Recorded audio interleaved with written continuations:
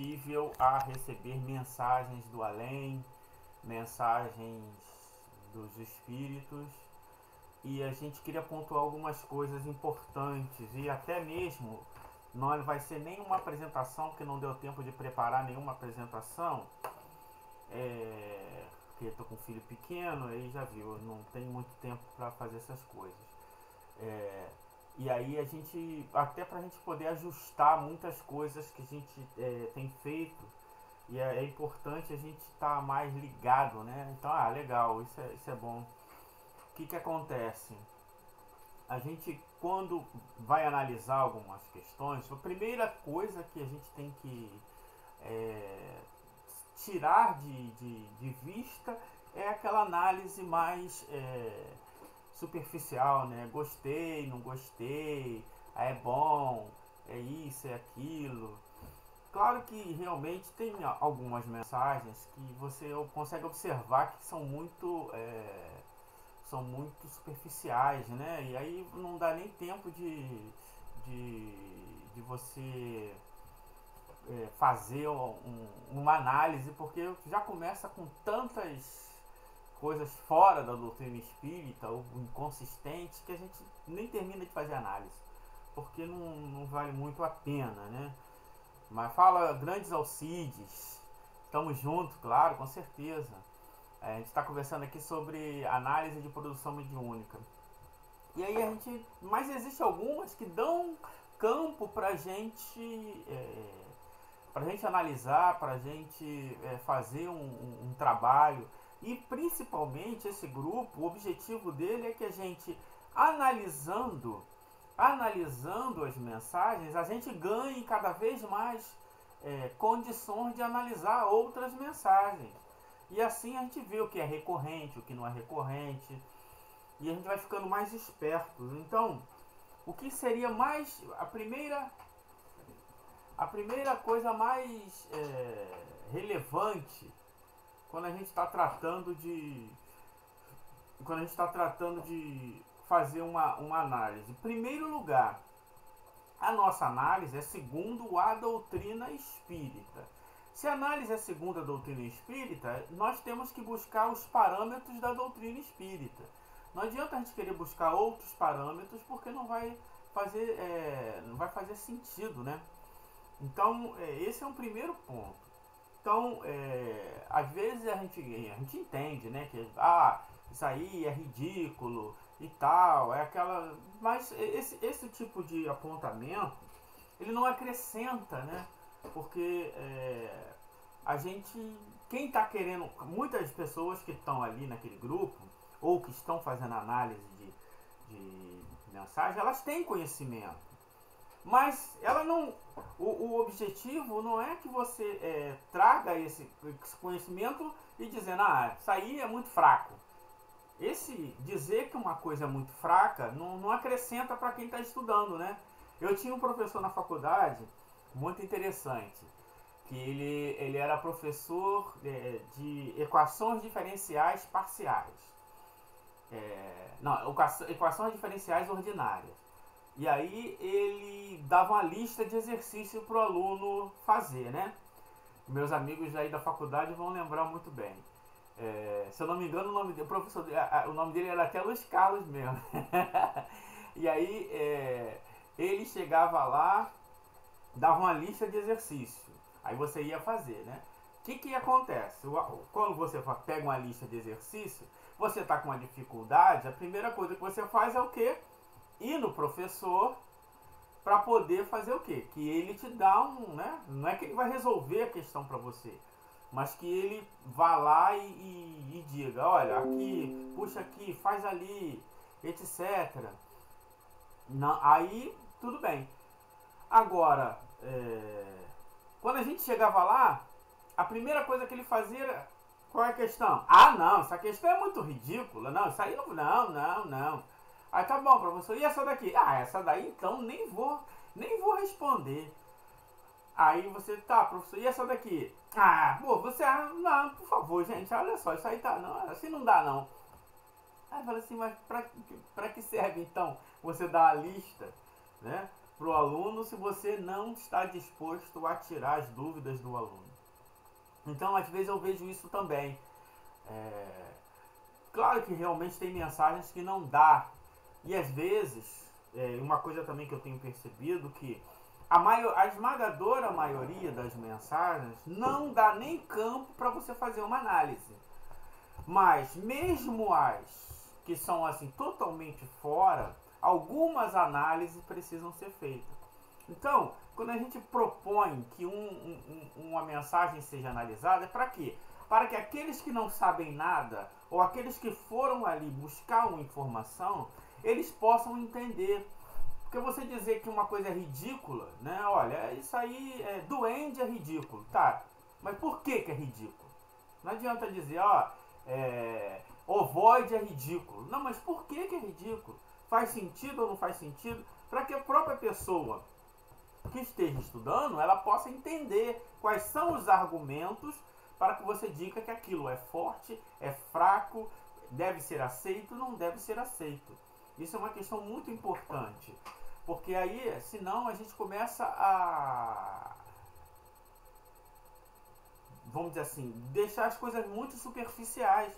Eu tenho recebido muitas mensagens que às vezes não dá nem para colocar no grupo por causa disso, que às vezes a análise não, é isso, é aquilo, é mistificação. Não, mas por que é mistificação? Isso aí é uma mensagem perfeita, mas por que é perfeita? Então essa é uma questão fundamental. Então, para a gente entender isso, a primeira coisa que a gente tem que, vamos dizer assim, as coisas mais superficiais. Qual é a coisa mais superficial?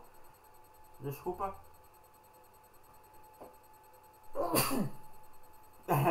Não tô com Covid não, tá, gente? Mas eu espirro mesmo de vez em quando. Qual é a coisa, vamos dizer assim, vamos começar nas coisas mais não vou usar superficiais, mas vamos usar periféricas. Quais são as coisas mais periféricas? A primeira delas, a mais periférica de todas, é a questão do nome do médium. O nome do médium é, de todo contexto vamos dizer assim, da mensagem, é mais superficial. Por quê? Porque o nome do médium, a priori, não agrega nada à mensagem. Não agrega nada? Poxa, mas se for o médium tal... Então, esse é um grande problema, é um grande escolho que nós temos que superar no movimento espírita. O médium, ele é um mensageiro. O médium, ele é o transportador da mensagem. Ele é o intermediário.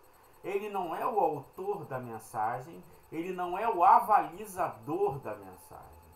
É mais ou menos, eu gosto de usar sempre o exemplo do pessoal que trabalha no caminhão lá das Casas Bahia.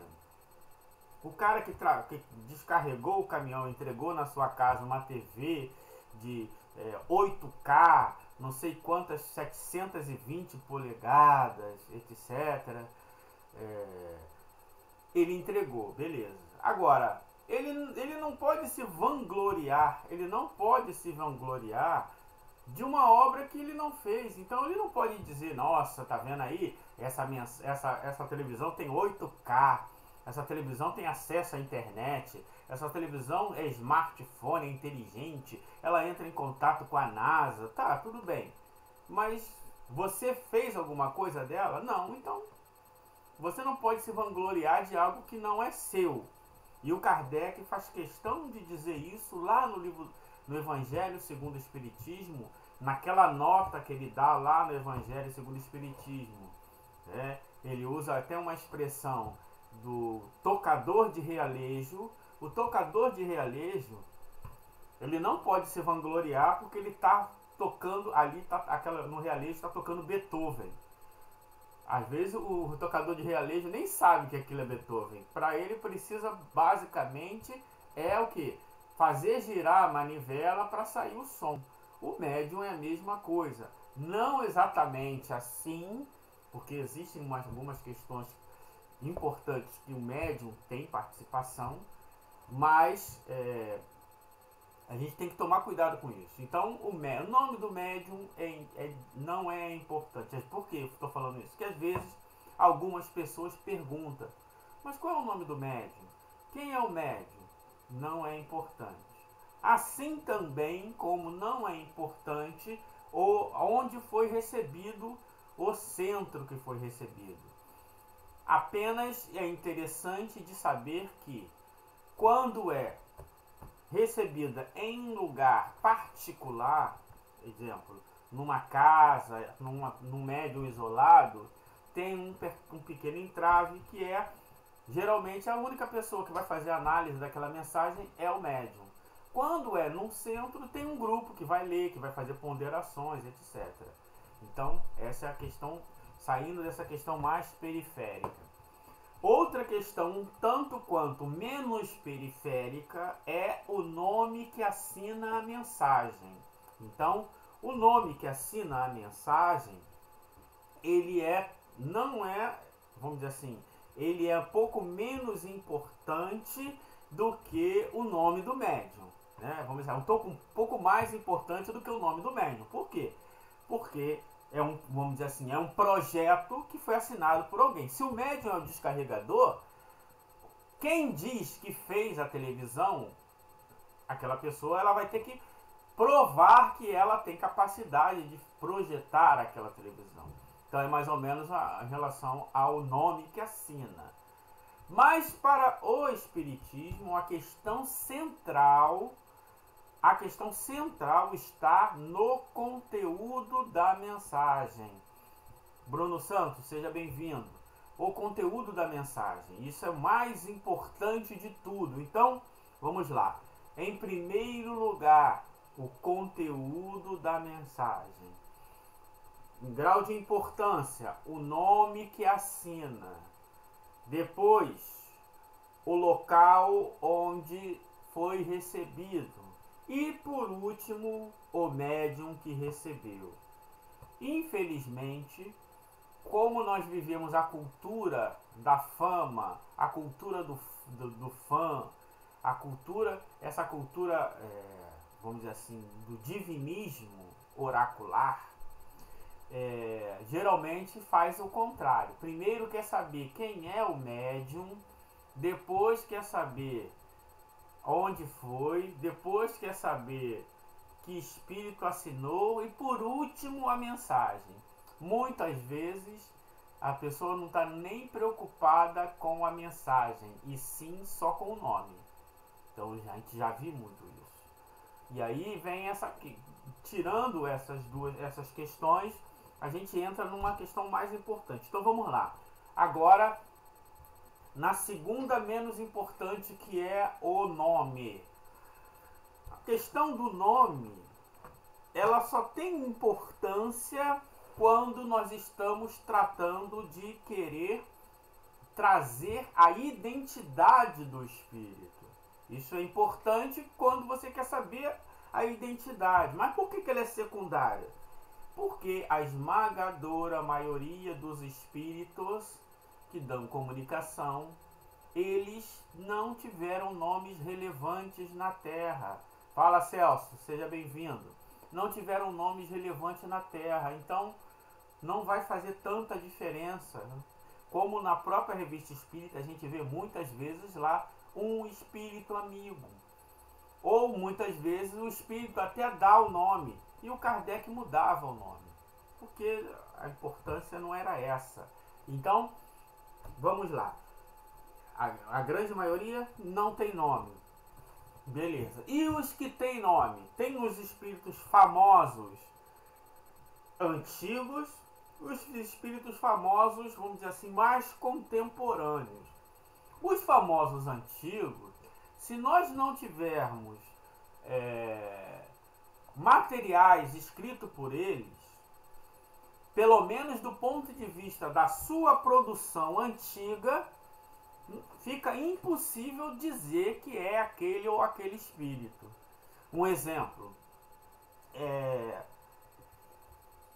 Sócrates. Então, o que nós podemos dizer da personalidade de Sócrates? Apenas aquilo que chegou a nós. E quem disse? Não foi o próprio Sócrates.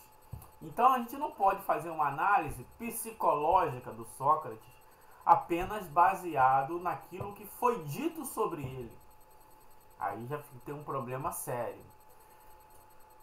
Quando nós conhecemos bem aquele autor, que ele nos deu muitos textos, a gente pelo menos pode entender, a princípio ou em princípio, aquelas questões básicas que a gente pode dizer que o autor tal não negaria aquela imagem. Isso do ponto de vista dos escritores. Agora, dos pontos de vista dos artistas, fica muito mais complicado. Por quê? Quando a gente começa a ver a vida dos grandes artistas, dos grandes escultores, pintores, etc., a gente percebe que, com o passar das décadas, aquele autor foi modificando a sua forma de enxergar a arte, a sua forma de expressar a arte. Ora, imagine se esse espírito em décadas mudou o seu estilo, mudou a sua forma. Imagina alguns que estão há séculos na erraticidade. O quanto de ideias modificaram de estilo, de forma, de técnica. E aí, o que eles precisam fazer? Muitas vezes, para dar um mínimo de previsão de autenticidade. Eles têm que se esforçar a usar uma técnica que muitas vezes ele já abandonou apenas para que você possa depreender que é aquele espírito. Então, um exemplo, um expressionista, hoje ele pode estar usando uma técnica que ninguém conheça, ou desenvolvendo uma técnica que ninguém conheça, mas ele tem que escrever daquela forma. É mais ou menos assim. Imagine que eu conheci um amigo meu lá na 5ª série.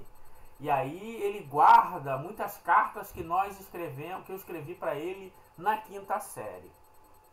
Aí ele vai, eu tenho que me comunicar com ele.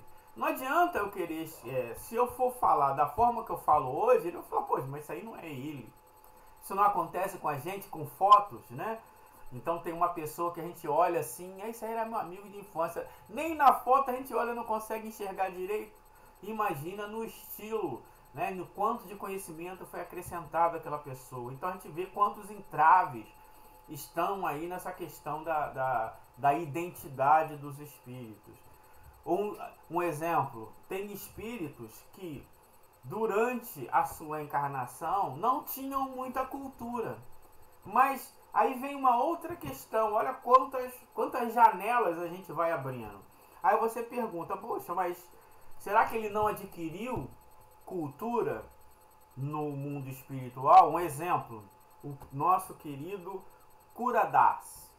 O Curadas era um espírito que ele tinha uma certa limitação intelectual. E quando eu digo limitação intelectual, é limitação intelectual mesmo. Ele foi expulso duas vezes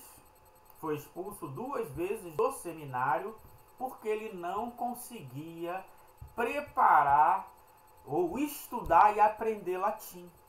Imagine um padre no século XIX que não consegue aprender latim. Então ele foi reprovado 2 vezes. E muito mal ele conseguiu, vamos dizer assim, chegar até o final do seminário. E aí, chegar no final do seminário, e mesmo depois do final do seminário, nem mesmo ordenado sacerdote ele foi. Então ele era um diácono que era tratado como um cura e ficou lá naquela igreja lá. Mas o que acontece? A sua, vamos dizer assim, envergadura moral superou todas essas coisas. Então, ele conseguiu ter, vamos dizer assim, o seu nome cravado na história da humanidade, mas do ponto de vista intelectual ele não tinha tanto conhecimento assim. Agora, na erraticidade, a gente sabe que os espíritos de segunda ordem, o que eles precisam fazer basicamente é desenvolver o seu intelecto. Então, já temos aí 100 anos. Nesses 100 anos, ele já deve ter progredido intelectualmente bastante. E aí fica difícil. Agora, como eu vou saber qual é a identidade perfeita, absoluta, de forma absoluta, que é esse espírito? Ah, ele vai ter que dar uma comunicação assim, né? Porque segundo os próprios biógrafos dele, para ele fazer uma palestra de 2 horas, ele levava o dia inteiro para preparar. Então, tem essa dificuldade. Aí você pensa, caramba, interessante. Olha quantos elementos a gente tem quando a gente vai tratar da questão da identidade. Claro que existem as questões fundamentais. Nas questões fundamentais, e aí é que o Kardec é gênio, porque ele diz o seguinte: excetuando as questões morais, só devemos aceitar com reservas tudo que venha dos espíritos. Aí, interessante. Então, primeira coisa, a gente vai observar as questões morais. Por quê?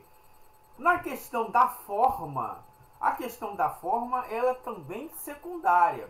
Um exemplo, o Kardec, muitas vezes o Kardec pegava as mensagens que ele recebia e ele fazia uma edição daquela mensagem. Um exemplo clássico, aquela mensagem que está no Evangelho segundo o Espiritismo do Vicente de Paulo. O Kardec ele retira algumas informações que tem ali. Por quê?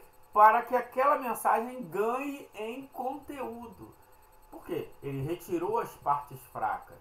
Um outro exemplo, quando muitas vezes um espírito cometia suicídio, aí o Kardec evocava aquele espírito, e o espírito ia ali e se comunicava. Só que, caramba, poxa, o espírito cometeu suicídio e está ali falando, tranquilão.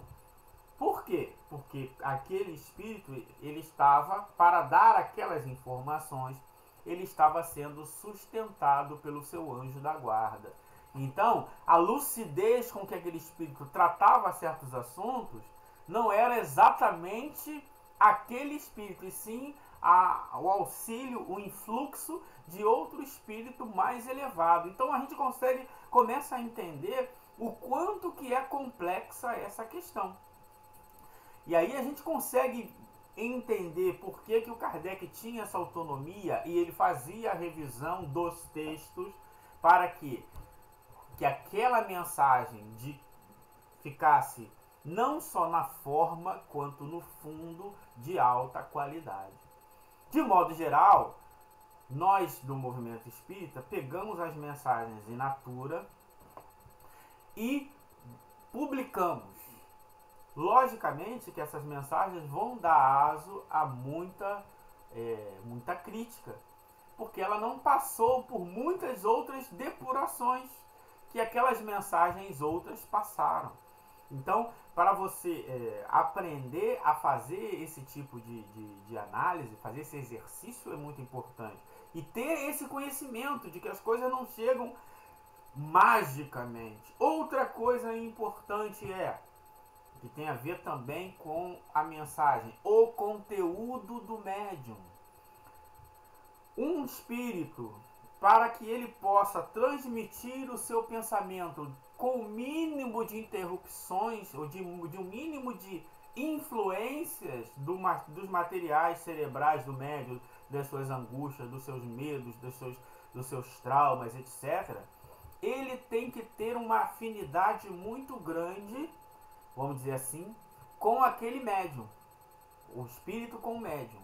Por isso que muitas vezes tem na revista espírita de um espírito altamente evoluído, ele falar, não estou conseguindo expressar muito bem o meu pensamento, porque eu peguei emprestado o médium do espírito tal.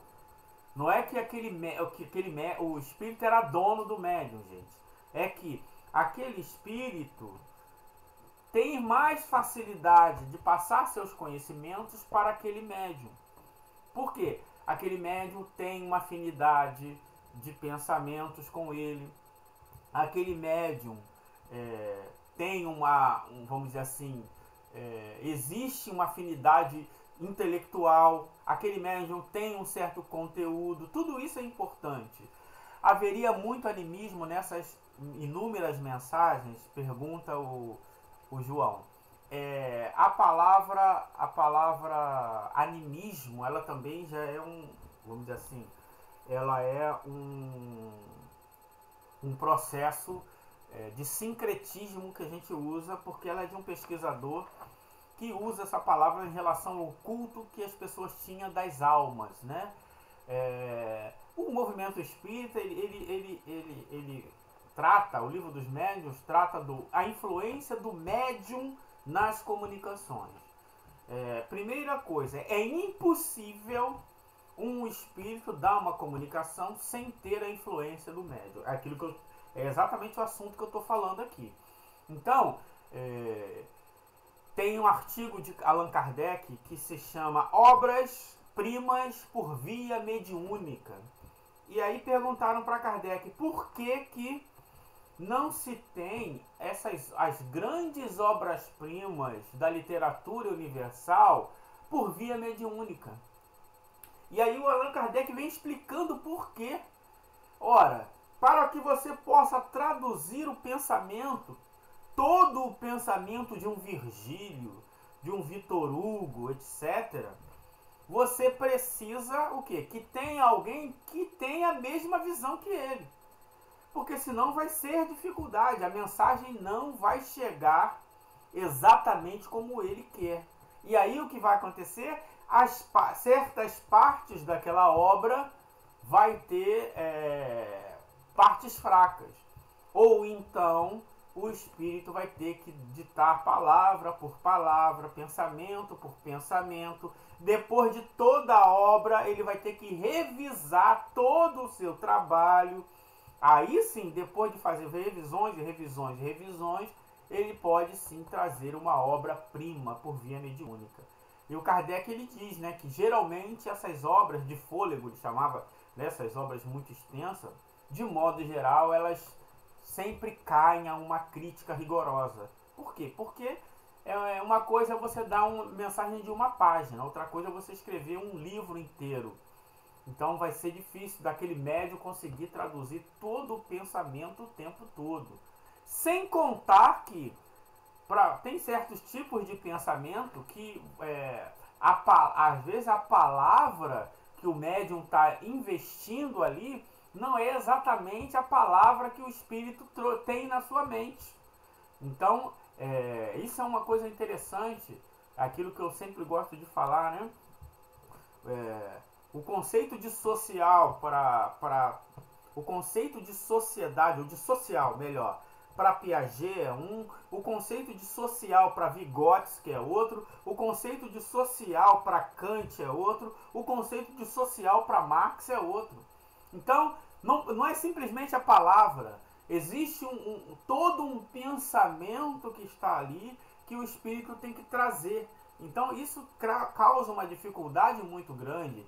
Sem contar que existem outras linguagens que o espírito não está acostumado. Um exemplo, você vai trazer uma informação de um espírito que vai falar de análise tensorial.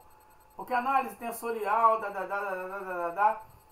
a pessoa que não sabe nem do que se trata, ela vai ter dificuldade de traduzir aquele pensamento.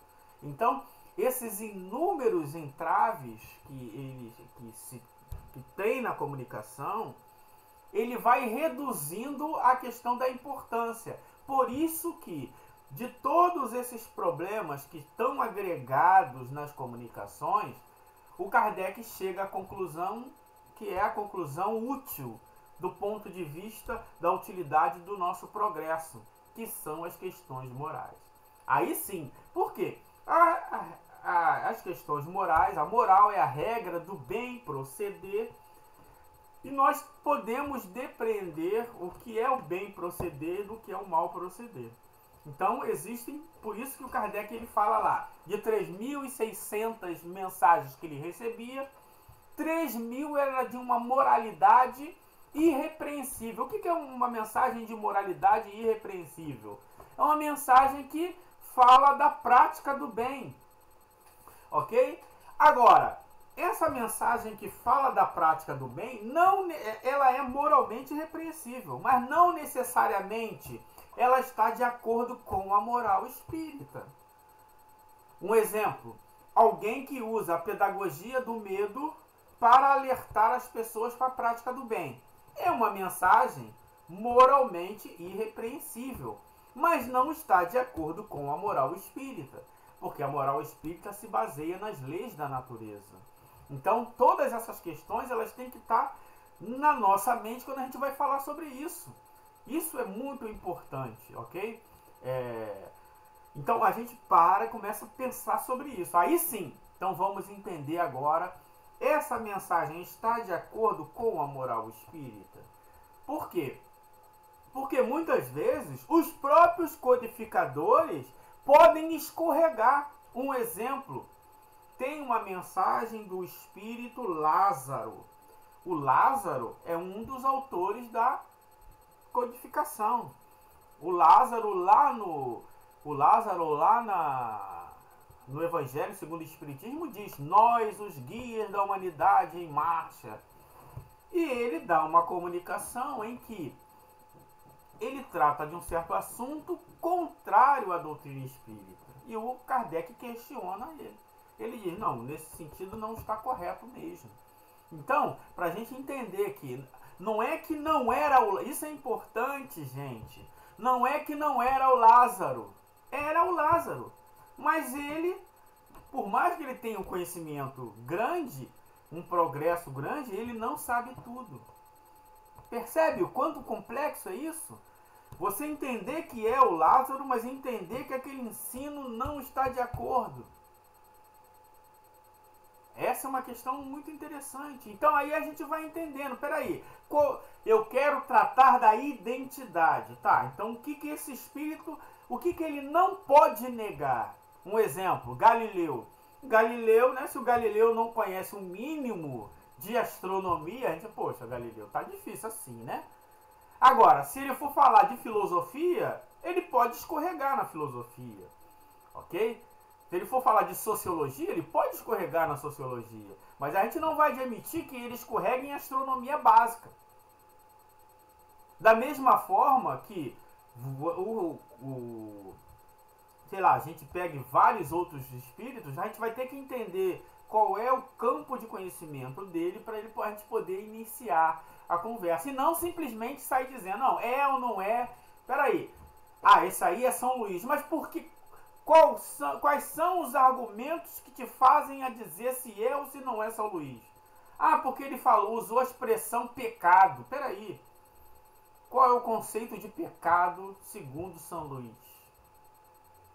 Ok? Essa é uma questão interessante. Por que eu fiz isso? Por exemplo, você às vezes pega uma palavra e aquela palavra... O problema não está na palavra que o Espírito usou, e sim no significado que você dá àquela palavra. Por isso que eu fiz aquele vídeo anterior sobre Deus permite, Deus não permite, Deus consente, Deus não consente, Deus castiga, Deus não castiga. Porque quando você ouve a palavra pecado, às vezes você está pensando no seu histórico, das suas religiões pregressas, de que entende o pecado segundo a igreja. Mas às vezes aquele espírito ele tem uma outra definição de pecado.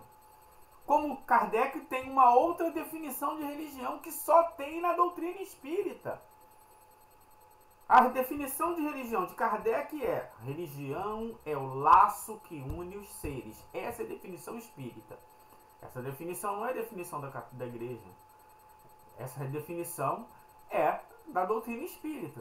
Então, essa é uma outra questão que a gente tem que tomar cuidado também quando a gente está fazendo essas análises. Ele usou essa palavra. Peraí, mas você estudou, você pegou as mensagens desse espírito para ver se ele nunca usou essa palavra ou se ele usou essa palavra com outro significado? Isso também é importante. Isso é uma outra questão. Que a gente estava fazendo análise lá da mensagem do Allan Kardec. Mas se ele é Allan Kardec, ele não pode cometer erros básicos da doutrina espírita. Ou conhecimentos intermediários da doutrina espírita. Por quê? Ele é muito profundo. Ou eu não entendi, por isso que o importante é você ler, reler, pesquisar sobre aquele espírito, aquela mensagem. Aí depois daquilo você vai poder tirar algumas inferências. E além disso, entender que as pessoas que vão observar a sua análise, a análise não é um julgamento. Isso é outra coisa importante. A análise é um estudo, da qual outras pessoas vão ler, vão ver a sua análise e ver se faz sentido a sua análise ou não. E não que a sua análise condenou ou não condenou uma mensagem. Isso também é outra questão importante. Aí sim a gente vai começar a entender melhor as coisas, ok? Então, isso é um outro assunto. Então, observar o conteúdo. Um exemplo, por que os historiadores chegaram à conclusão que metade das cartas de Paulo são falsas? Porque primeiro que ele tem certos vocábulos que ele nunca usa. E ele está contradizendo algumas coisas que ele mesmo disse. Peraí, tem algumas coisas erradas. Alguns elementos que ele fala que está fora daquele período histórico. Então tem muitas informações que você vai pegando, ok? É chamada crítica literária, que você vai análise textual para você chegar àquelas conclusões.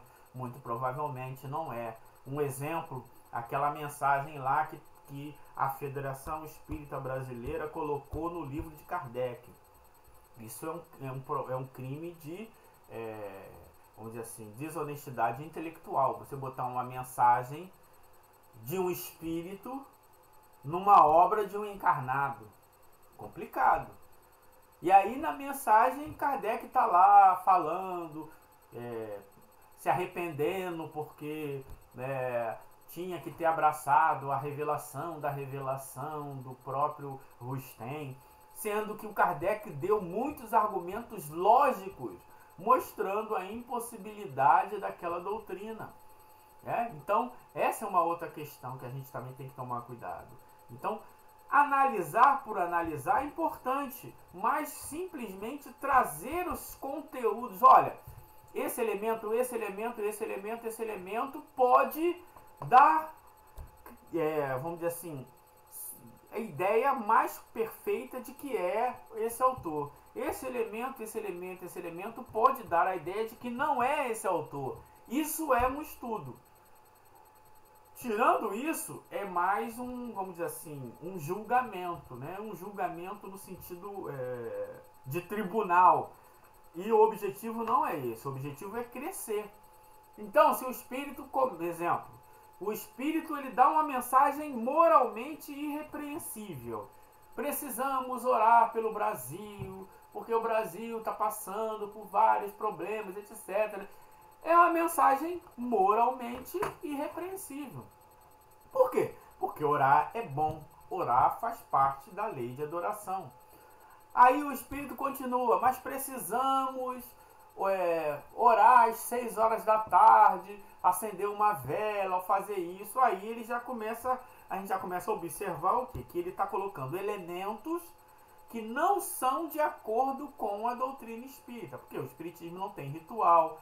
O espiritismo sabe que a lei da adoração independe do local, da hora, dos elementos, mas não condena. Essa é a questão. Então, se o espírito de um certo grau evolutivo vem para trazer a informação e coloca elementos que, vamos dizer assim, não nos leva para um progresso, muito provavelmente ou não é esse espírito ou houve interferência das crenças do médium.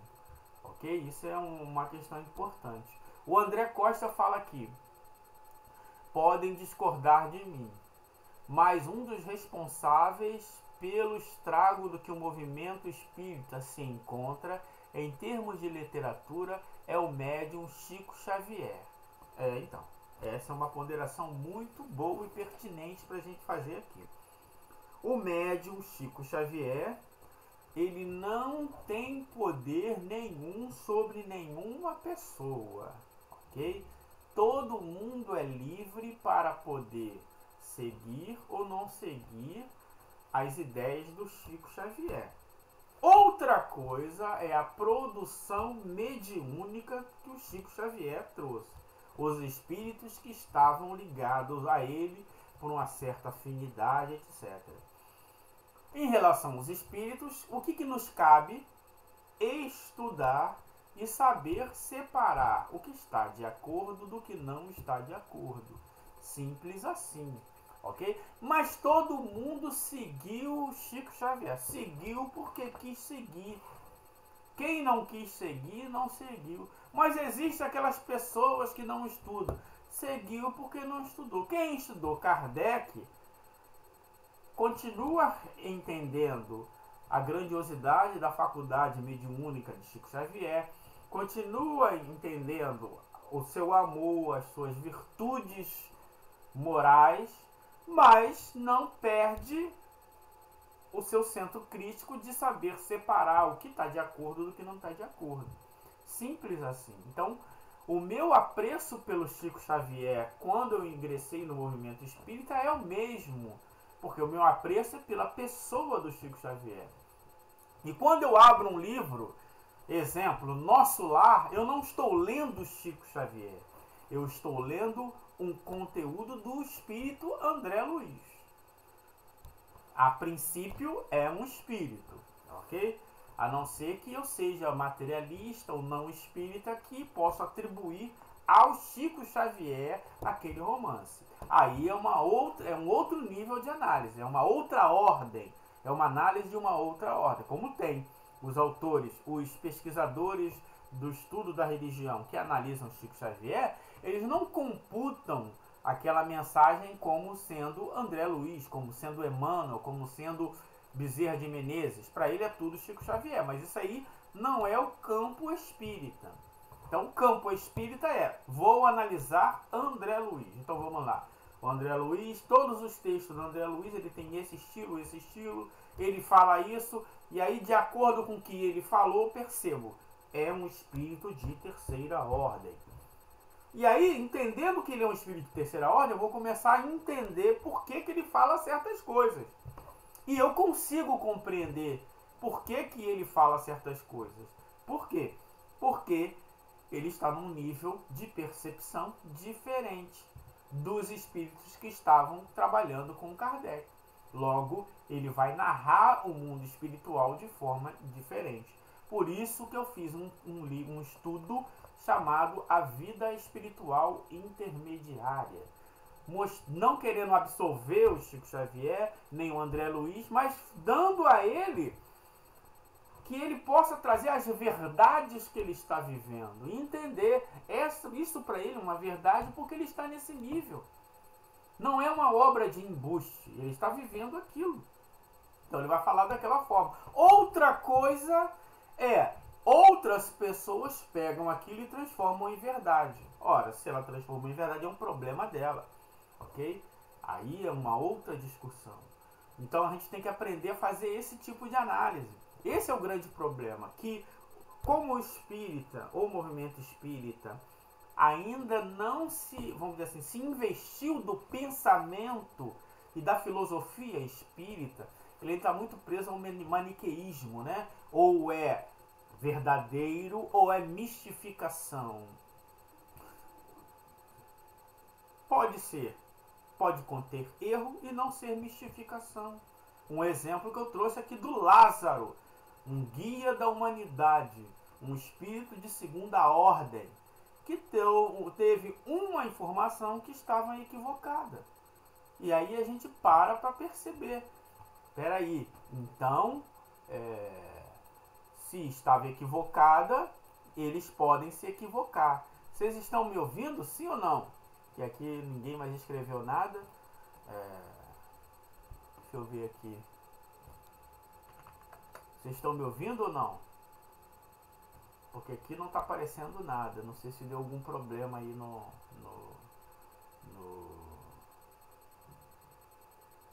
na transmissão, né? Mas isso é uma questão importante da gente observar. E aí a gente vai juntar todos esses elementos. Então, quando a gente vai fazer lá uma análise de uma produção mediúnica, a gente tem que entender: é uma obra de fôlego, é uma mensagem, beleza, é uma mensagem. Essa mensagem tá o quê? Traz conteúdos científicos ou conteúdos morais? Os científicos a gente tem que tomar todo o cuidado possível, né? Ser o mais crítico possível. Tem conteúdo moral, beleza. Esse conteúdo moral, ele é grande em relação à forma, grande em relação ao fundo. O espírito que ditou essa mensagem diria isso ou não, etc. E aí a gente vai compondo. Aí nós vamos aprender. Porque às vezes a gente está mais preocupado, e às vezes isso é um grande problema, a gente está mais preocupado em, vamos dizer assim, negar, isso também tem uma tendência, negar tudo a priori ou aceitar tudo a priori. Um exemplo, lá no nosso grupo de análises de produções mediúnicas, eu coloquei uma mensagem do Cura Darcy, que é uma mensagem que está na Revista Espírita. Algumas pessoas leram e já falaram, é mistificação. Mas baseado em quê? Percebe? Isso é importante. A gente tem que aprender a analisar. Então, ó, o Kardec fez questão de pegar lá no Livro dos Médiuns, lá no capítulo 31, e ele vai lá e traz mensagens que estão de acordo com a doutrina, mensagens que não estão, ele fala por quê, por que não, para a gente poder entender o quanto essa questão é importante. E não simplesmente tratar tudo de forma superficial, ok? Então, esse é uma reflexão que a gente está fazendo aqui, que eu espero que seja importante para vocês também. Só que, o que está acontecendo? Eu não sei aqui se vocês estão conseguindo fazer participação. Acho que deu uma travada aqui, né? Eu acho que travou, não sei.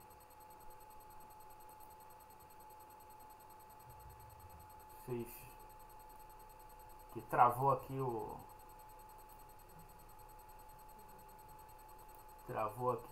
as mensagens de vocês. Ou ninguém tá falando nada, mas eu acho que travou mesmo. Não é possível conectar ao chat. Tente mais tarde. Ih, rapaz. Deixa eu ver aqui. Deixa eu ver se consigo abrir em outro. Alô? Ah. Agora foi, abriu aqui. Pera aí, então deixa eu ver que tem participações aqui. Vamos lá, o João Carlos. Quer dizer que as metáforas nas mensagens, ela atrapalha, empobrece? Não seria mais prático uma linguagem clara e reta? Sim! Um exemplo, João, o São Luís começa a dar mensagens na Revista Espírita em parábolas. E o Kardec questiona ele. Poxa, mas por que você está falando em parábola? Engraçado esse diálogo, né? Que o Espiritismo vem falar abertamente. E o São Luís fala para ele, eu falo assim porque eu quero ser ouvido. Quer dizer, eu quero falar assim. Me deu vontade de falar em parábolas. Interessante. Mas não é porque ele está falando em parábola que seja uma mensagem falsa. Era do São Luís e estava falando em parábolas, né? Outro dia fiquei sem resposta. Como você pode comprovar que os espíritos da codificação eram aqueles mesmos? Como sair dessa? Boa pergunta. Como então? Lá no Livro dos Médiuns, Kardec fala, do ponto de vista absoluto, é impossível você comprovar que é o espírito tal. É impossível, isso não existe, tá? Existe assim, olha, fulano, isso aí tem todas as indicações que é fulano. Por quê? Vou explicar por que é impossível. Um exemplo. Vamos lá, vamos pegar um exemplo. Vou pegar o primeiro exemplo, Erasto. Primeiro que a gente não tem nada da vida do Erasto. Então como é que a gente vai dizer é o Erasto? Não tem. Ah, tudo bem, mas aí é difícil, né? Realmente não tem nada, nem na história, nem em lugar que diga Tem citações do nome Erasto, mas dizer não tem. Mas tá legal. Mas São Luís. São Luís todo mundo conhece, que foi Luís IX, o rei da França, etc, etc. Beleza, aí a gente vai lá, vamos ver São Luís. Aí a gente começa a observar, isso aqui que ele está dizendo, tá. Tá, mas existe muita gente que consegue falsificar a ideia de São Luís. Então como eu posso dizer exatamente que é ou não é? Não importa. Por isso que Kardec fala. Do ponto de vista da questão moral, tirando a questão moral, né, a gente não só pode entender com reserva o que vem dos espíritos. Então entender que ele não negaria. Caramba, poxa, vamos pegar lá a uranografia geral escrita por Galileu. Galileu ficaria com vergonha de alguém escrever aquilo? Não. Por quê? Porque o que ele escreve está de acordo com a ciência da época, com os conhecimentos da época, então não tem problema nenhum. Não tem. Galileu não erraria, né? Não se sentiria magoado se alguém assinasse aquilo ali, Galileu, ok? Então não tem problema. Agora dizer, não, eu bato no peito e digo, é Galileu. Não é. Agora, isso não importa.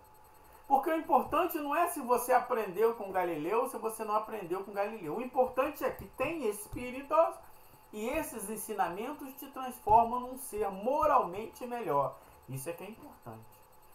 Porque quando você chegar no mundo espiritual, ninguém vai perguntar, você aprendeu com quem? Você era discípulo de Sócrates, de Erasto, de São Luís. Ninguém vai saber, não importa. Importa se você está melhor ou não. Claro que isso é um indicador,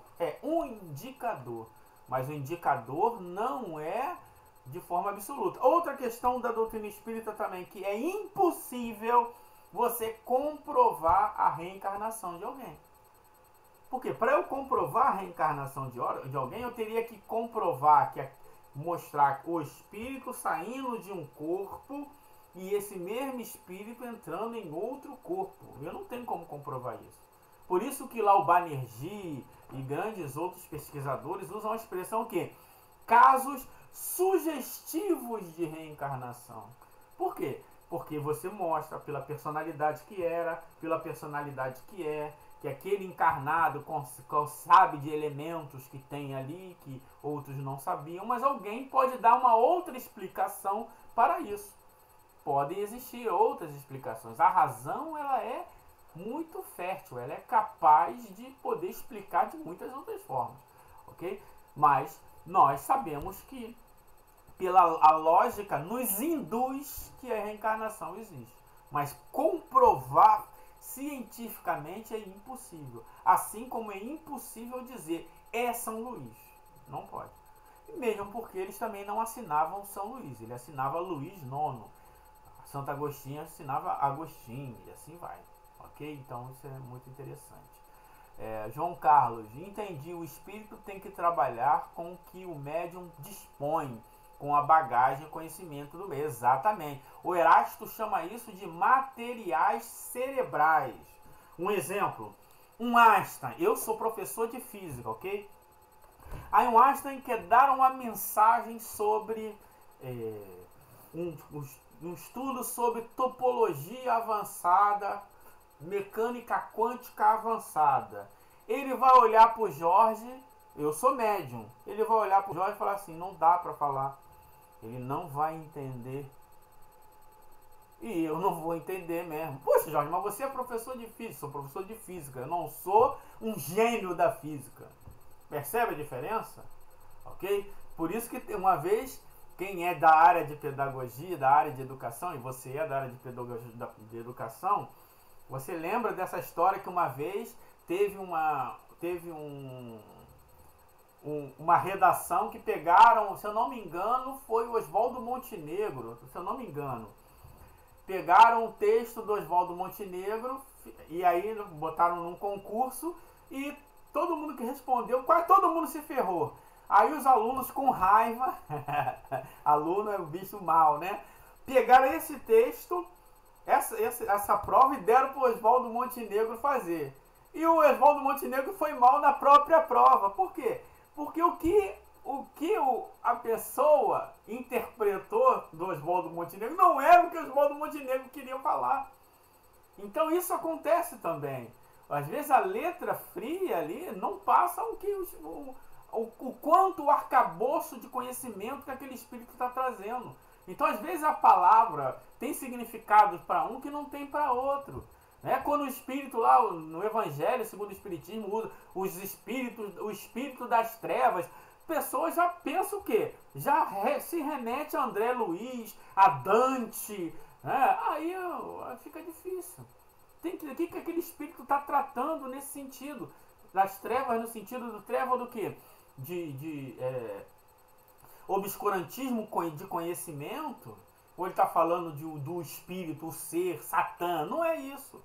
Então isso é um outro problema, que às vezes o espírito, ele capta a ideia, espírito das trevas, e ele traduz lá Satã, um exemplo. Percebe? Então isso é uma coisa muito complexa para a gente sair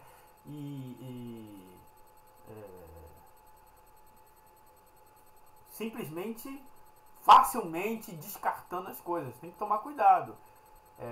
Então, creio que em o LDE deve ser o quê? O Livro dos Espíritos? Nos diz que o nome não importa, a gente precisa de nome. Poderia ser qualquer espírito, e isso, exatamente, é isso aí.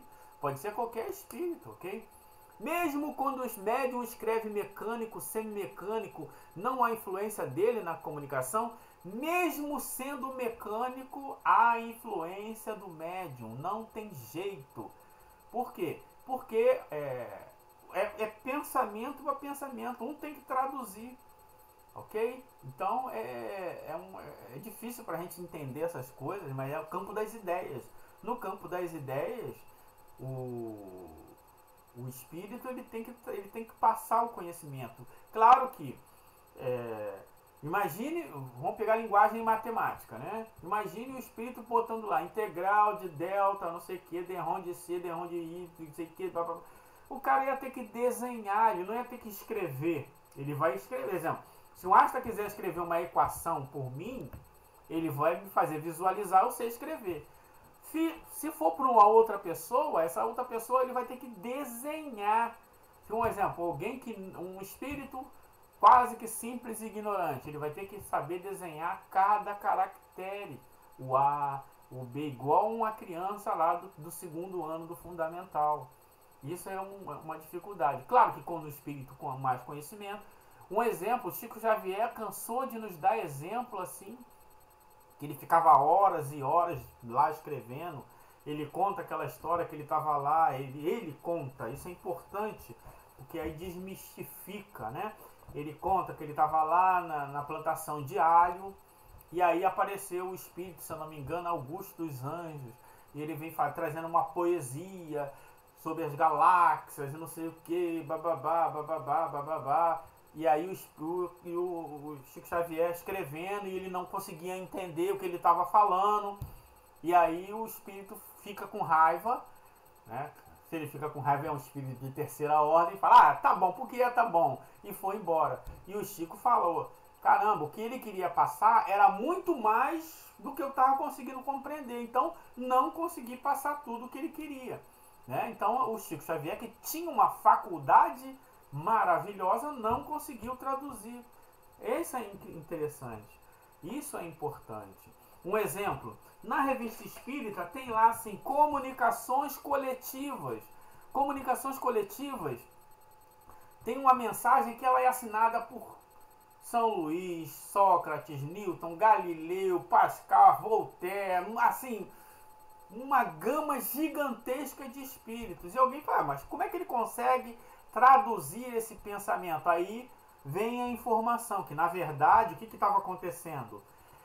Esse médium estava ligado ao seu anjo da guarda, os espíritos traziam a informação para o anjo da guarda e o anjo da guarda passava para o espírito. Então o Newton aparecia e falava para o anjo da guarda, a ciência vai superar a humanidade. Aí o anjo da guarda passava para o médium botava lá, a ciência vai ultrapassar a humanidade, Newton.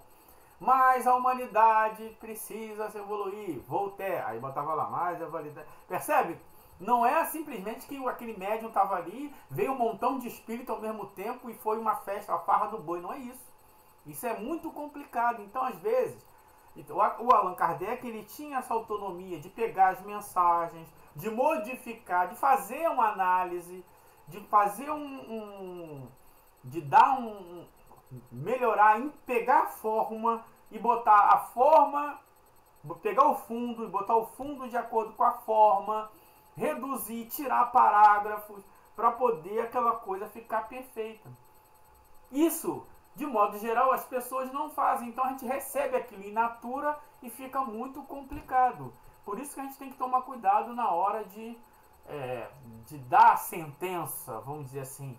Por isso que é melhor fazer análise, o que você aprendeu, do que você depreendeu daquela informação, e aí sim, você deixa aquilo para que outras pessoas venham, façam as suas reflexões e tire proveito desse seu estudo, dessas suas impressões.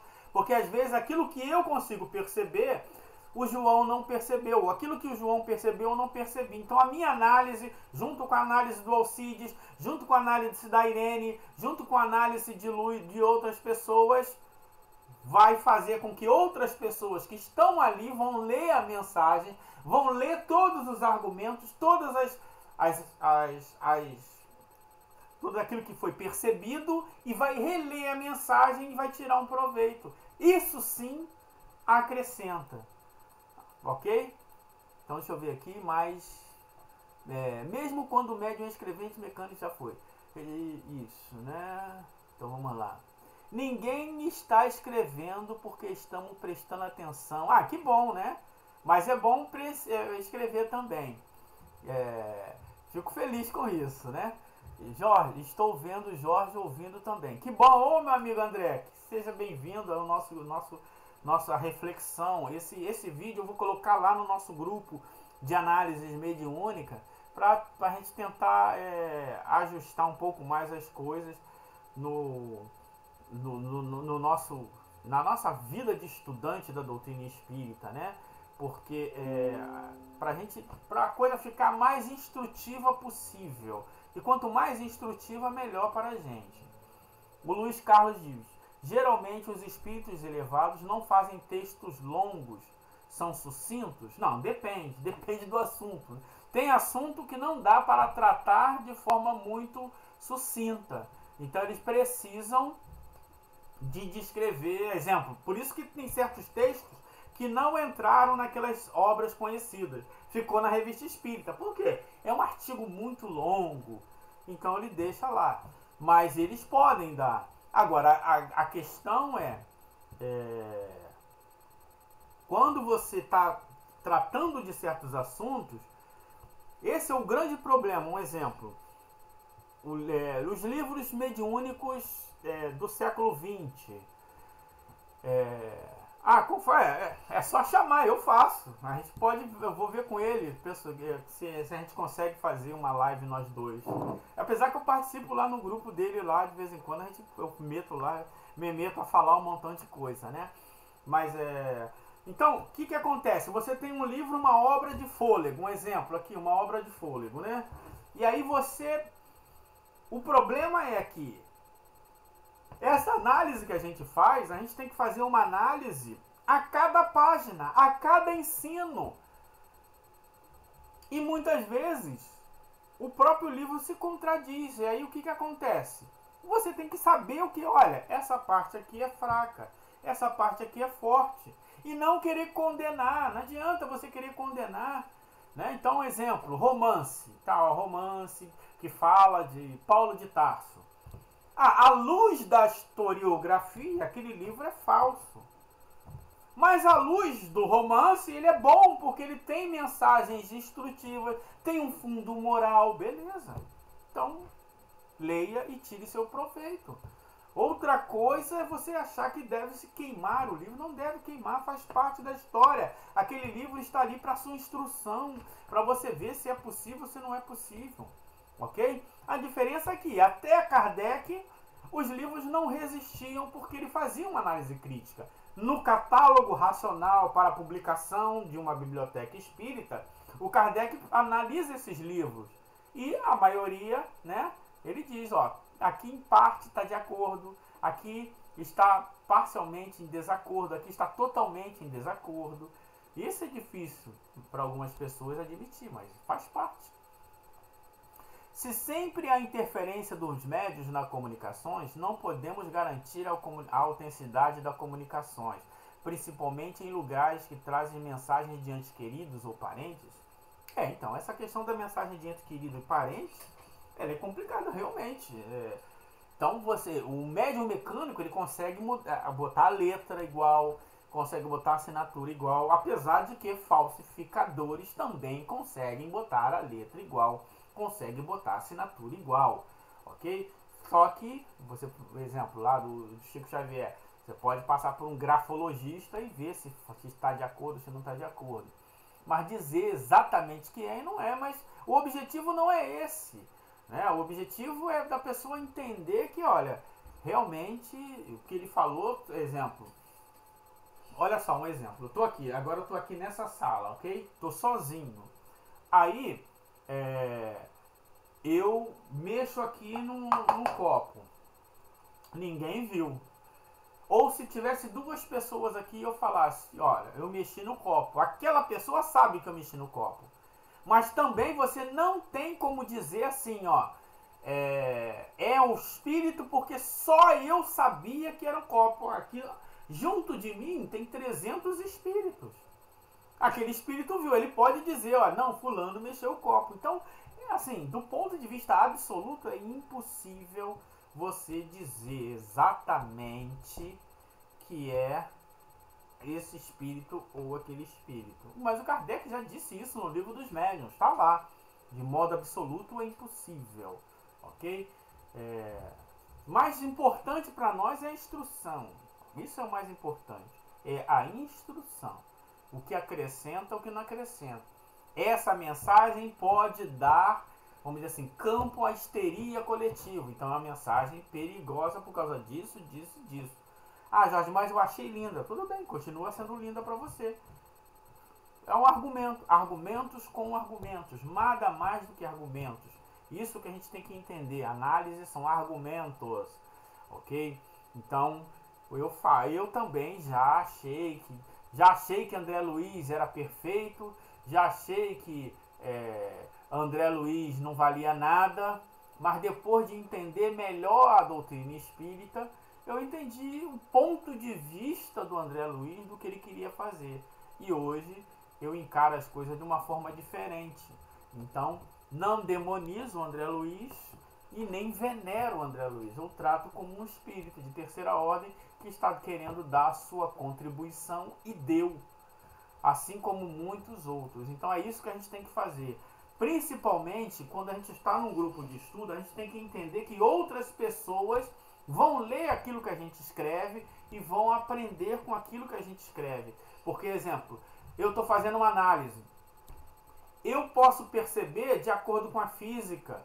Outros vão perceber de acordo... O André tudo que tem a ver com a química vai saltar mais aos olhos dele. As questões da forma vai saltar mais aos olhos de um. As questões doutrinárias do livro tal e do livro tal vão saltar mais aos olhos de outro. Então, o conjunto de todas essas análises vão ajudar aquele que está estudando, lendo a mensagem, crescer enquanto um ser mais crítico. É isso, ok?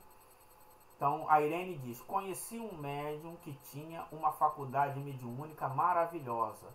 Certa vez nos escondemos seu maço de cigarro, quando voltou ele foi exatamente no lugar que escondemos. Isso aí é a dupla vista, né? Então, isso prova o quê? Que ele tem a dupla vista. Mas aí, isso é uma coisa que faz parte de uma das faculdades mediúnicas. Esse é uma coisa muito bela. Então, gente, a gente tem que ter esses pontos de vista. Assim, poderia trazer textos de Kardec para poder... vamos dizer assim, acrescentar, mas não foi possível, tá? Eu espero que tenha de alguma forma ajudado aí e que a gente possa crescer mais nesses pontos, Tudo bem, gente? Alguém quer fazer alguma pergunta? Quer fazer alguma colocação?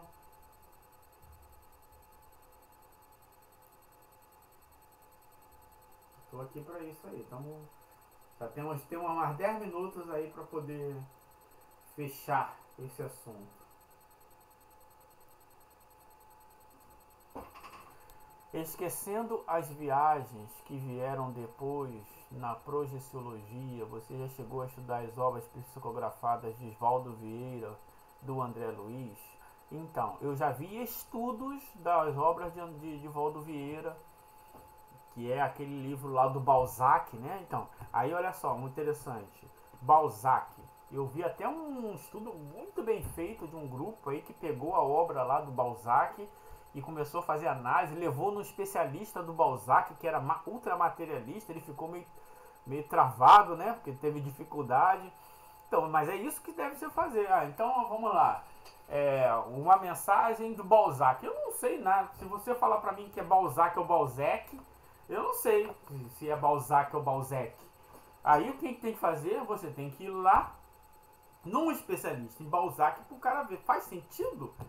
Né? O cara pode ser e tal. E o pode ser que é importante. Porque o objetivo, a questão da imortalidade, né, é legal, mas o importante é a mensagem que o Balzac veio trazer. Se acrescenta para mim enquanto espírito ou não. Ok? Boa noite, João Leite. Se acrescenta para mim enquanto espírito ou não. A questão da identidade, ela é secundária, em alguns momentos terciária, ok? Isso é que é mais importante. O conhecimento doutrinário está perdendo espaço para a mistificação no movimento espírita. Então, o movimento espírita está se mistificando porque ele quer se mistificar. Não adianta, isso é um processo natural. Mas também a mistificação ajuda. Por quê? Porque de engano em engano a pessoa fica mais esperta. Depois que é enganado, né, como diz o ditado, gato escaldado sente medo de água fria. Né? Agora, o problema é que às vezes a gente está muito... Claro que tem muita lenga-lenga, muita ladainha, muita coisa ruim. Mas isso aí também na época de Kardec tinha. E ele tinha que saber, ele teve que filtrar. Faz parte. Se você pegar lá um texto maravilhoso de Allan Kardec, que é o exame das comunicações que nos são reveladas, que nos são dirigidas, né? Ele vai te dizer lá, olha, eu recebia de 3.000 e poucas mensagens, né? Apenas algumas eu consegui, porque ele tinha que filtrar, e filtrar é assim mesmo. Faz parte do processo você ter que filtrar. A doutrina espírita, ela nos trata como adulto, ela nos dá a responsabilidade. Infelizmente, a massa ainda, ela quer guru, a massa quer grandes avatares, a massa quer pessoas que digam para ela. E o grande problema nosso é também um pouco de ser muito... vamos dizer assim, ciumento ao ponto de ficar com raiva da massa seguir. A massa segue os enganadores, porque ela querem seguir. A Terra, a gente ainda não está a gente não está no mundo de que as pessoas buscam a intelectualidade. Né? Por isso que um poeta muitas vezes morre, né? Como o Aldir Blanc morreu agora porque ele estava no hospital público. Né? Mas o Neymar não vai morrer no hospital público, ele vai morrer no hospital de outra geração, né? Última geração. Por quê? Porque nós queremos ver o Neymar e não queremos ver o Aldir Blanc. Mas eu quero, Jorge. Sim, mas você não é a maioria.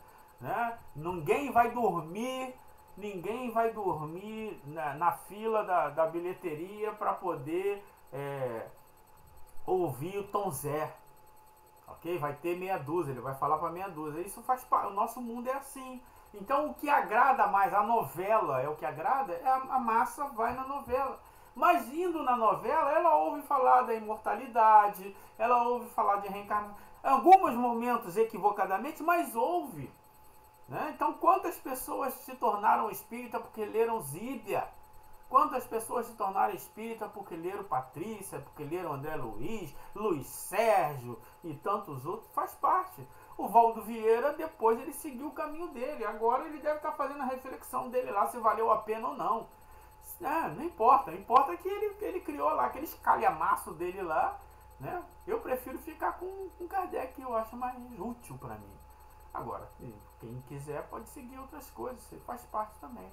Jorge, a que você atribui a não evocação do movimento espírita? Então, é o espírito de massa, o espírito de gado, de seguir uma orientação de um espírito, que faz parte de uma instituição. E outra coisa também, que eu te pergunto, evocar para quê? Para que evocar se as pessoas, de modo geral, né, não tem muito o que perguntar, não tem muito, elas querem saber, né, se tem vacina para o mundo espiritual, se não tem o quê. Então a evocação, ela é importante. Muita gente faz evocação. Ela evoca, ela está fazendo lá o tratamento de auxílio, ela evoca o espírito, etc. Mas não é uma evocação de estudo, como fazia Kardec. Mas tem evocação. Só que as pessoas demonizam as coisas. Esse é o problema. Né? Então, demonizar a evocação é um problema, como também demonizar a não evocação. É um meio. Como a gente falou aqui já, do ponto de vista absoluto, né? Você não vai provar nada evocando ou não evocando. Evocando te ajuda porque você dirige o pensamento ao espírito. Mas você não vai garantir que é o espírito? Impossível. João, já ouvi muito sobre André Luiz que ele é totalmente contrário à doutrina espírita. Entendo melhor através das suas explanações. Mas como é que ele é totalmente contrário à doutrina espírita? Ele disse que espírito não existe? Ele diz que a mediunidade é impossível? Ele diz que... Não, ele tem ideias equivocadas. Mas ideias equivocadas todo mundo tem, eu também tenho. E eu não sou contrário à doutrina espírita, ok? Muitas ideias que eu tinha do espiritismo eu mudei estudando. Eu sou contrário à doutrina espírita. Não é contrário à doutrina espírita. Isso a gente tem que entender. Antidoutrinário é quando diz contrário. O que é contrário? Um exemplo. Deus não existe. Isso é antidoutrinário. É contrário que a doutrina espírita existe. Existem entendimentos equivocados. Ele tem explicações equivocadas. Né? Isso aí é outra coisa. Mas totalmente contrário não é. Nem Rustem é. 90% do que o Rustem fala está de acordo com a doutrina espírita. O grande problema são os 20%. Né? O problema é esse. Jorge, você é a favor de Rustem? Eu não sou contra nada. Eu sou a favor da doutrina espírita. Uma coisa é inegável. Quando morrermos, o que vai valer é quanto de melhor nós nos tornamos. Isso sim. O resto é exercício intelectual e boas oportunidades, ok? Irene, Jorge, essa pandemia faz parte da evolução do planeta Terra? Faz parte da dinâmica do planeta Terra, como eu já falei lá no meu livro. Ó, não vou escrever livro nessa vida. Quer dizer, já escrevi, mas não vou escrever. Escrevi entre aspas. Quando eu falei lá no vídeo, depois você pode olhar, não sei se você já viu, nos flagelos destruidores, né? Eu expliquei que faz parte da dinâmica do mundo, né? Que Deus olhou, caramba, essa humanidade, igual aquela narrativa, né? Lá de Sodoma e Gomorra, Deus olhou, ficou putinho porque as pessoas estavam fazendo bacanal, vou destruir tudo. Nessa essa narrativa muito infantil, né? Ela já passou, né? Então, os vírus estão aí, existem milhares. Que ele vai se manifestar quando tiver oportunidade. Tem oportunidade quando? Quando ele se adapta a um organismo humano. Né? Deu oportunidade, se adaptou, ele vai se reproduzir e acabou. É isso, acabou a história, né? Ponto. Não dá para escrever romance com isso, né? Agora, o que a gente faz? Vamos aprendendo, né? Deus nos deu lá várias doenças já se apresentaram a nós para a gente aprender a lidar com cada uma delas. A gente está aprendendo a lidar com essa agora e a humanidade vai crescer porque vai desenvolver mecanismos para que as próximas pandemias tenham menos impacto. Como isso vai acontecer se a gente for menos egoísta, né? Tinham vários estudiosos já dizendo, olha, pode vir uma pandemia, vamos melhorar o sistema de saúde, a previdência, o auxílio aos desabrigados para que não tenha um problema maior. Ninguém fez. Aí acontece. Mas eu não quero fazer porque eu acredito nessa teoria social, eu acredito naquela. Tudo bem, meu amigo. Essa é a melhor porque os outros são canalha. Tá bom, é isso, tudo bem. O vírus não está a saber se você é de esquerda, se você é de direita, se você é liberal, se você é conservador. O vírus, ele precisa apenas de um organismo que ele se adapta e ele vai se reproduzir e acabou. E os outros vão brigar se ele veio da China, se veio dos incas venusianos, se foi laboratório, se caiu de um cometa, não interessa, o vírus está se reproduzindo e você aprenda a lidar com ele e acabou. Essa é a questão importante. Então, eu vou aprender me adaptando e o quê? Desenvolvendo coisas para que eu possa melhorar. Ok, gente? Tudo bem aí? É isso? Não sei se eu respondi. Mais sobre esse assunto está lá no meu vídeo que eu fiz, os flagelos destruidores, ok? Elis Patrícia, que significa análise de produção mediúnica? Boa pergunta. Análise de produção mediúnica é você pegar qualquer coisa que é produzido pelos médiuns, ok? Qualquer coisa que é produzido pelos médiuns e fazer uma análise para poder tirar o máximo de compreensão daquilo. Um exemplo, uma página. O espírito deu uma página. Você analisa aquela página e vai extrair os conteúdos que sejam interessantes. Ver se faz sentido, se não faz sentido. Isso é análise de produção mediúnica. Um romance, um livro, uma poesia, qualquer coisa que venha dos espíritos pelo médium, você fazer um estudo sobre isso é uma análise de produção mediúnica, ok, Elis? Jorge, hoje li sobre o desencarne coletivo em obras póstumas. Tem isso também. Então, hoje passou um vídeo lá um áudio lá na Rádio Rio de Janeiro, né? Que eu fiz sobre mortes coletivas. Se você acessar lá a Rádio Rio de Janeiro, você vai ver também que eu trabalhei um pouquinho sobre essas questões, que é um pouquinho mistificado também. Por quê? Porque o espírito de terceira ordem fazem análise ainda, né? Que eu sei que agora, que nós vamos para lá, vai para cá, não sei o que. E faz parte da dinâmica nacional, natural, da erraticidade. Luiz Carlos, as pandemias, assim como os terremotos, são fatalidades? Então, fatalidade, né, do ponto de vista da doutrina espírita, fatal é aquilo que é inevitável. Então, um exemplo. O sol aparecer daqui a algumas horas é uma fatalidade, isso é fatal. Tá aí, vai acontecer. Né? A não ser que o sol desapareça por motivos que a gente não consegue. Isso aí é outra coisa. Mas fatalidade no sentido moral é que é o problema, tá? Então, exemplo, o que é fatalidade no sentido moral? O Jorge reencarnou para que um dia, quando ele tiver com 13 anos de idade, uma bombinha vai estourar e vai explodir a orelha dele. Isso aí não existe. Okay? Ninguém encarnou para uma bombinha explodir na orelha com 13 anos de idade. Tá? Isso aí ele tem um nível, um gênero de vida, e dentro desse gênero de vida existem algumas possibilidades que podem acontecer ou não. Tá? Então são coisas diferentes. Um exemplo.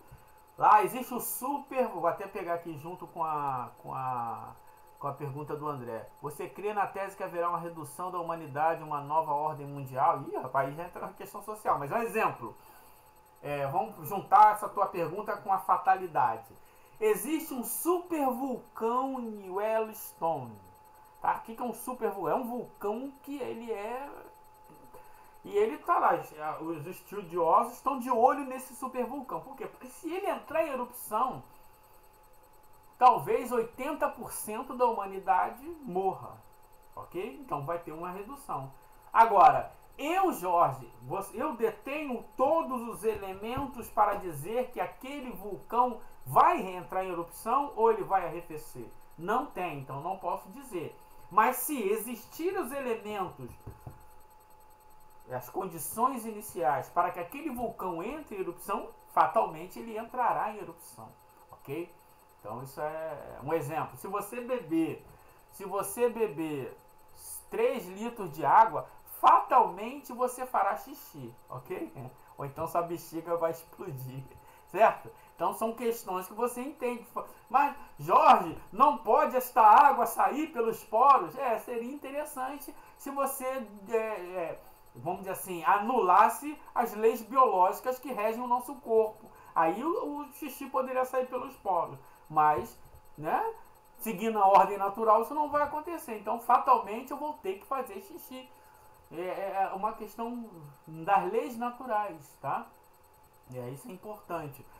Elis, obrigado por tudo, você me ajudou muito a entender quando eu leio o livro, observar de literatura se está correto. Isso, ler, tirar, analisar. Peraí, o que ele está dizendo? Quais são os outros livros que eu posso usar para, de preferência, usar as 23 obras, 22 obras fundamentais de Kardec como parâmetro, como pedra de toque. Vai ajudar bastante, ok? João, uma bombinha estourou na sua orelha, bombinha de São João? Então. Não, porque às vezes a pessoa acha também que tem essa ideia de fatalidade, né? Que com 3 anos vai pisar num caco de vidro, vai cortar o dedo mindinho. Isso não existe. Isso aí é. Agora, exemplo. Eu, Jorge, escolhi um corpo que tem uma probabilidade muito grande de desenvolver o câncer de estômago. Isso, se ele está lá com uma probabilidade de 100%, aquele corpo que eu escolhi, ele tem uma probabilidade de 100% de desenvolver o câncer, fatalmente ele vai desenvolver o câncer. Mas se ele tem uma probabilidade de 30%, de exemplo, tem o Jorge, tem um corpo que ele tem uma possibilidade de desenvolver 30% de desenvolver câncer de pele. Aí o Jorge vai todo dia para a praia, né? Aí existem os efeitos determinísticos e os efeitos estocásticos. Uma coisa é eu pegar sol indo para o trabalho, outra coisa é eu me submeter ao sol todo dia. Se eu me submeter ao sol todo dia e o meu organismo já tem uma suscetibilidade, fatalmente eu vou desenvolver o câncer. É nesse sentido que as coisas são, segundo a doutrina espírita, ok? As pessoas podem saber quando vai acontecer no futuro? Não. O futuro ele é dinâmico, porque ele está relacionado com o livre-arbítrio de milhões de pessoas. Então, nós sabemos o nosso gênero de vida, né? Qual é o meu gênero de vida? Eu escolhi encarnar pretinho, numa casa, né, de um cômodo com 8 pessoas, assim, sem pai, com meu pai tem uma probabilidade grande de meter o pé na estrada, etc. Esse é o gênero de vida. Agora, a partir daí, mesmo, se eu vou matar a aula para jogar futebol, jogar bola de gude, isso é problema meu, ok? Não é que eu nasci para poder ter que estudar depois de velho, não, ninguém, você que escolheu isso, ok? Né? Jorge, você é muito divertido. Qual é seu nome? Meu nome é Jorge. Né? Então isso é importante da gente. Depois você pode olhar aí, Elis, o nosso canal. Curta lá, compartilhe. Temos vídeos sobre vários assuntos, todos baseados na doutrina espírita, ok? Então é isso, gente. Já passei pra caramba aqui do horário, hein? Tá? Vou deixar mais uma perguntinha, uma participação aí para eu encerrar. Alguém quer fazer alguma colocação? E aí eu vou encerrar, que eu já passei bastante. Mas esse bate-papo é muito bom. Ok?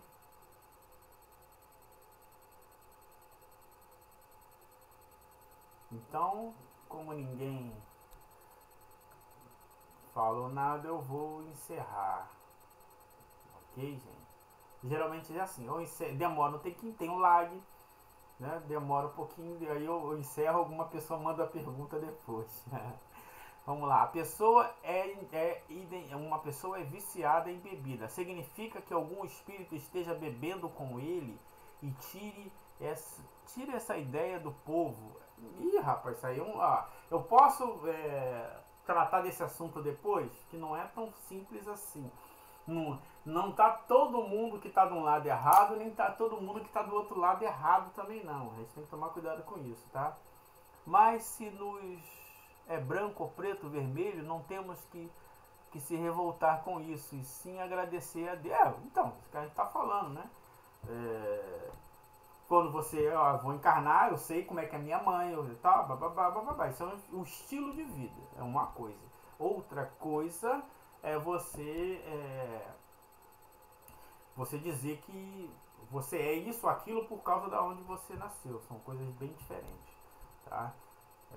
Mas então, obrigado a todos e até segunda-feira, 8 horas, para o nosso novo bate-papo. Que Deus nos abençoe e fiquem com Deus.